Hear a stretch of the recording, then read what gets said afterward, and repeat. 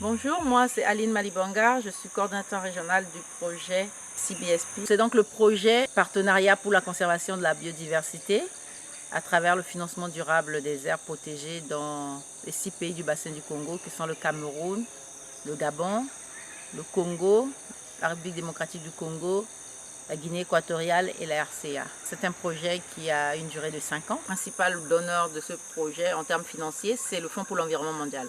Ce projet a une particularité parce que ce projet est exécuté avec une agence d'implémentation que le GEF a choisi, qui est le PNUD, et avec un partenaire d'exécution qui est la Commission des forêts d'Afrique centrale, la COMIFAC. Il y a des espèces qui sont en danger, par exemple, et donc c'est juste parce que simplement il n'y a pas assez de ressources pour vraiment faire ces efforts. Les efforts de conservation vont avec beaucoup de choses, il y a beaucoup de paramètres.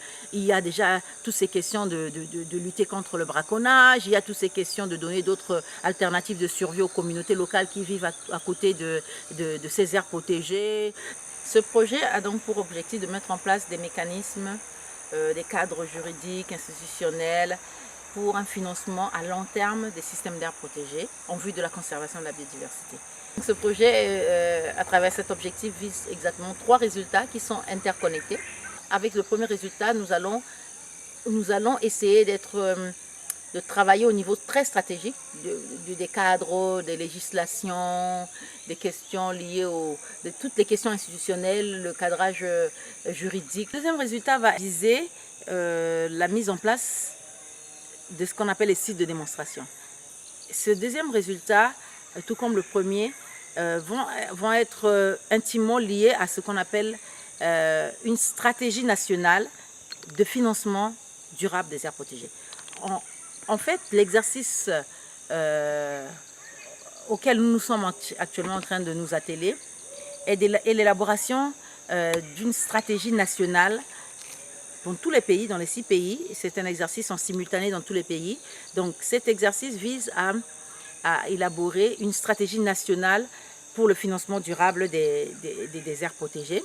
Et cette stratégie, une fois que la stratégie est déclinée dans tous les pays, on a un plan d'action qui va être adossé et c'est ce plan d'action qui va diriger toutes les autres actions de mise en place des mécanismes, lequel type de mécanisme marche, quelle est la solution financière qui est la meilleure, est-ce que c'est par l'écotourisme, est-ce qu'on va faire une fondation, est-ce qu'on va faire un trust fund, est-ce qu'on va faire... Donc en fonction de ce qui va sortir de la stratégie auquel on va adosser ce plan d'action, qui pourrait être un plan d'action quinquennal pour faire un peu sur le moyen terme.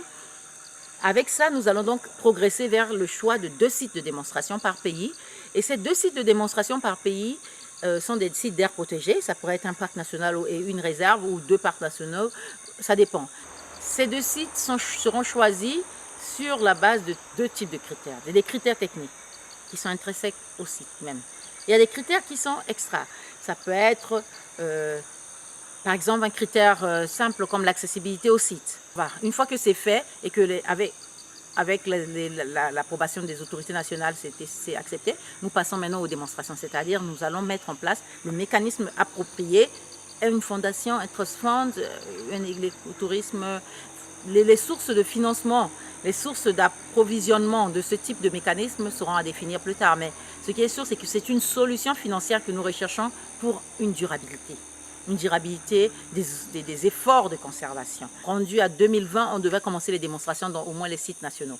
Une fois que nous avons fait ça, nous arrivons à notre résultat 3 qui est donc vraiment le passage à l'échelle avec la démonstration, avec la mise en place, l'élaboration des business plans, avec les capacitations des gestionnaires de ces sites, avec on va renforcer les capacités pour qu'ils puissent, le pays va s'approprier, le pays va, je veux dire, on va mettre à disposition du pays tous les outils pour une pérennisation de ces actions.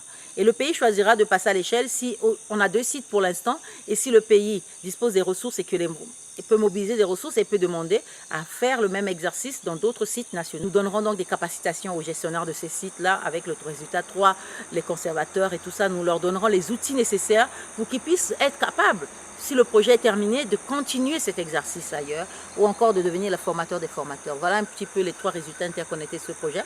Avec ce projet, nous espérons que ce partenariat sous-régional pour la conservation de la biodiversité va devenir une réalité à travers la mise en place des financements potentiellement durables des mécanismes appropriés de financement. Et ça, c'est important.